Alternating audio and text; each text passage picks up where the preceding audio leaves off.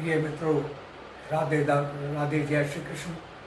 मैं Ajay Solanki, astro adviser व protist. आज के ज्योतिष एपिसोड में अपने एस्ट्रो चैनल में आपका हार्दिक स्वागत करता हूं।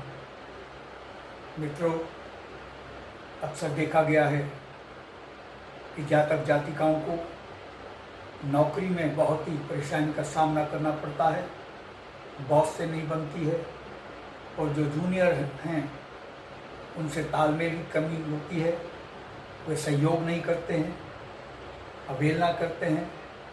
पदोन्नति नहीं होती, पदोन्नति रुक जाती है, पदोन्नति समय पर नहीं होती। कार्य क्षेत्र में अशांति रहती है, नौकरी में तनाव का सामना करना पड़ता है।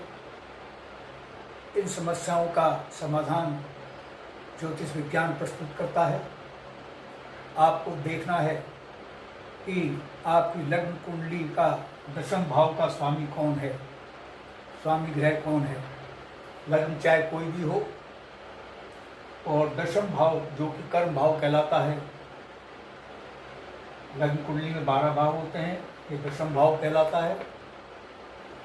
दशम भाव का स्वामी ग्रह कोई भी हो, और चाहे आपका लग्न कोई भी हो, आपको देखना है कि वह स्वामी ग्रह दशम भाव का किस स्थिति में है। दशम भाव के स्वामी ग्रह को कैसे पहचानेंगे?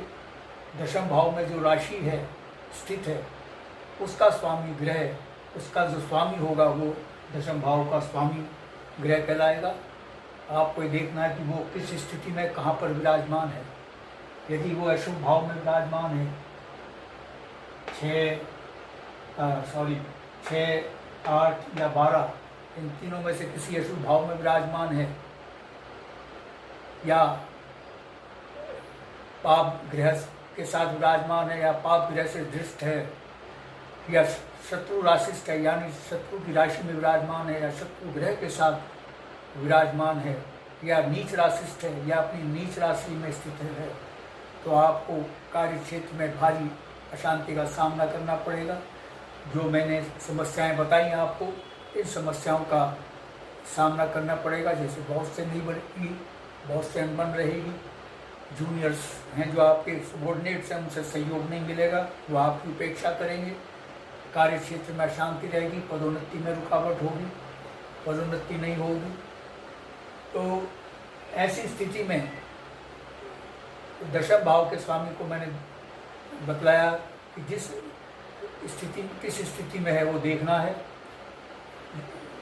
यदि उसी स्थिति में है जो मैंने बतलाया है दशम भाव का ग्रह का स्वामी, तो उस ग्रह के स्वामी के इष्ट देव की आप आराधना करें।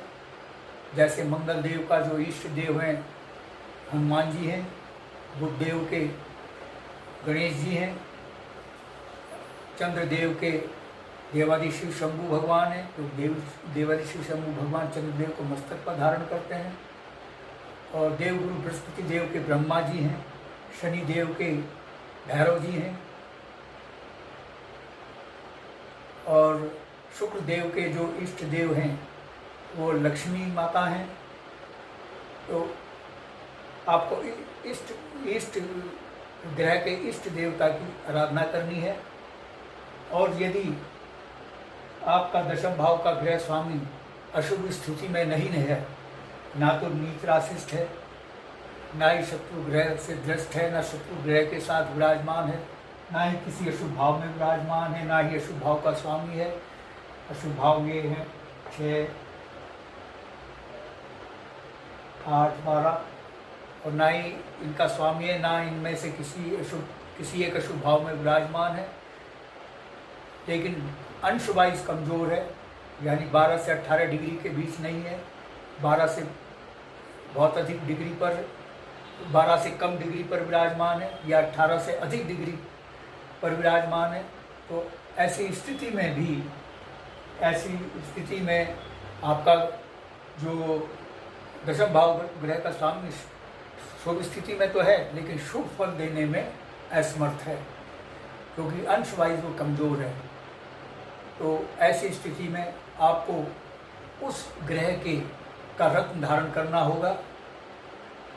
रत्न आप आँख बंद करके धारण नहीं करना है, रत्न तभी धारण करना है यदि दशम भाव का स्वामी योग कारक है, शुभ स्थिति में है, तो आप उसका रत्न धारण करें। यदि अशुभ स्थिति में है और उसका रत्न धारण करते हैं तो आपको फायदा पहुंचाने के बजाय नुकसान हो जाएगा, उसकी मारक क्षमता बढ़ जाएगी। अगर शुभ स्थिति में है उसका और अंशवाइज वो कमज़ोर है, उसका रत्न धारण करते हैं तो उस पर शुभ फल देने की क्षमता बढ़ जाएगी। और नवग्रहों पर देवादिश शिव शंभु भगवान का नियंत्रण रहता है, ऐसा एस्ट्रो साइंस में, ज्योतिष विज्ञान में है। तो देवादिश शिव शंभु भगवान की आराधना भी बड़ी लाभकारी होती है नवग्रहों की शांति के लिए।